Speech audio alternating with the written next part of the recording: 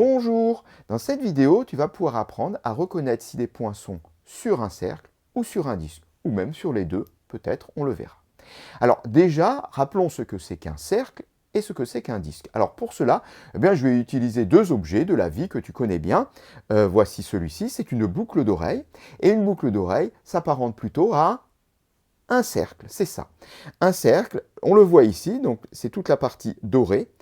Le cercle, lui, est vide à son intérieur, c'est-à-dire que je peux toujours passer au travers de mon cercle, on le voit ici, et la zone qui se trouve donc à l'intérieur n'appartient pas au cercle. Le cercle, c'est seulement la partie dorée ici de ma boucle d'oreille. L'intérieur n'appartient pas à la boucle d'oreille, on comprend bien.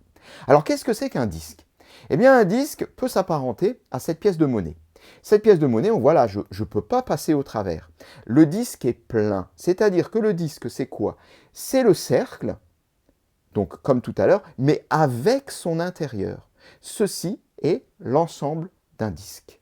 Alors regardons maintenant ce qui nous est proposé, et on voudrait savoir si certains points appartiennent ou pas à un cercle et à un disque. Alors c'est quoi ce cercle et ce disque? Eh bien, c'est le cercle et le disque de centre haut, tous les deux ont même centre, et même rayon. C'est pour ça qu'on a l'impression qu'ils sont confondus. Alors pour les distinguer, le cercle, je l'ai mis en bleu foncé. Et si on veut considérer le disque, eh bien, il faudra rajouter toute la partie intérieure en bleu clair. Alors c'est parti, regardons maintenant ce qu'il en est pour nos points A, B et D. Le point A appartient ou n'appartient pas au disque? Appartient, bien sûr, oui. On le voit, le point A se trouve dans la zone bleu clair, à l'intérieur. Or, cette zone-là, on vient de le dire tout à l'heure, comme la pièce de monnaie, elle appartient au disque, donc le point A appartient bien au disque. Mais est-ce que ce même point A appartient au cercle?